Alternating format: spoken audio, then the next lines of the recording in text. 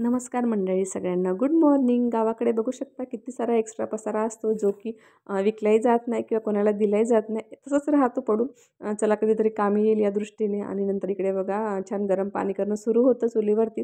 आता चुलीचा की नाही थंडीच्या दिवसामध्ये छान उपयोग होतो हात वगैरे सेकण्यासाठी आणि प्लस म्हणजे पाणी गरम करण्यासाठी. आणि इकडे आपला चहाही झाला होता, चहा वगैरे घेतला ज्याच्यामुळे थोडंसं कामं करायला एनर्जी येत थंडीच्या दिवसामध्ये. आणि बाहेर येऊन बघितलं तर सोयाबीनची गाडी भरणं सुरू होतं. तर माहीत याचा अंदाज नव्हता मला सोयाबीन मार्केटला जाणार आहे की कुठे जाणार आहे, कारण की गाडी आमच्या घरचीच आहे.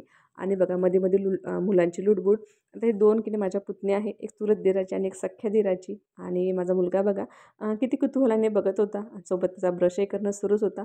मग त्यानंतर घेतला स्वयंपाक करायला. आता तुरीच्या दाण्याचा सीझन आहे तर म्हटलं चला आमटी बनवावी छान ठेचा वगैरे घालून. आणि खरंच खूप छान लागतं कवड्या कवड्या दाण्याची आमटी.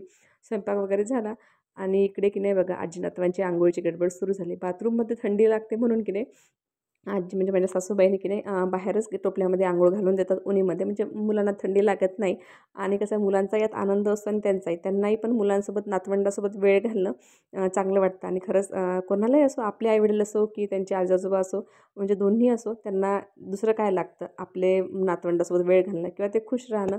त्यानंतर मग थोडं बाहेर काम होतं, मग आम्ही निघालो बाहेर.